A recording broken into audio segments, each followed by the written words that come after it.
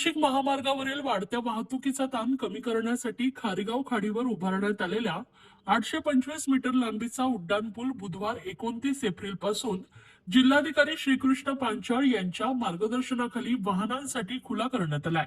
यावेळी ठाण्याहून नाशिककडे जाणाऱ्या वाहन चालकांना, विशेषतः ठाणे, भिवंडी आणि कल्याणमधील प्रवाशांना वाहतूक कोंडीतून मोठा दिलासा मिळणार आहे। जिल्हाधिकारी श्रीकृष्ण पांचाळ यांच्या हस्ते या पुलाचे लोकार्पण करण्यात आलंय। बुधवारी सकाळी 10:45 सुमारास नव्या पुलावरून मुंबई, ठाणे, मुंब्रा, कळवा येथून भिवंडी, कल्याण, नाशिकच्या दिशेने वाहतूक करणारी वाहने सोडली गेली आहे, तर जुन्या पुलावरून भिवंडी, कल्याण, नाशिकच्या दिशेने वाहने सोडण्यात आली।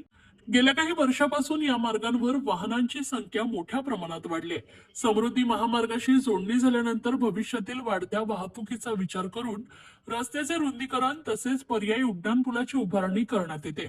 खारेगाव टोलनाक्याजवळील जुन्या साकेत पुलाच्या शेजारी नवीन उड्डाणपुलाचं काम हाती घेण्यात आलं होतं।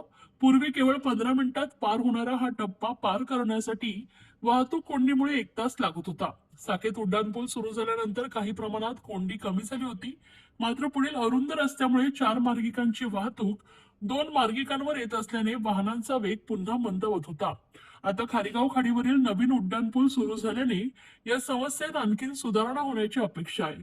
अशातच पुलाच्या सुरक्षेच्या दृष्टीने आवश्यक असलेली लोड टेस्टिंग प्रक्रिया पूर्ण करण्यात आली असून त्याचा सविस्तर अहवाल जिल्हाधिकारी श्रीकृष्ण पांचाळ यांच्याकडे सादर करण्यात आला होता। सर्व तपासण्या पूर्ण झाल्यानंतर पूल वाहतुकीसाठी सुरक्षित असल्याचं स्पष्ट झालंय। माझीवडा वडपे या प्रकल्पाची मुख्य मार्गिका 23.80 किमी लांबीचा असून 21.31 किमी लांबीची कामे पूर्ण झाल्या। त्यानुसार हा प्रकल्प 90% पूर्ण झाला, तर सेवा रस्ते 18.35 किमी लांबीचे असून त्यापैकी 16.88 किमी लांबीची कामे पूर्ण झालेत।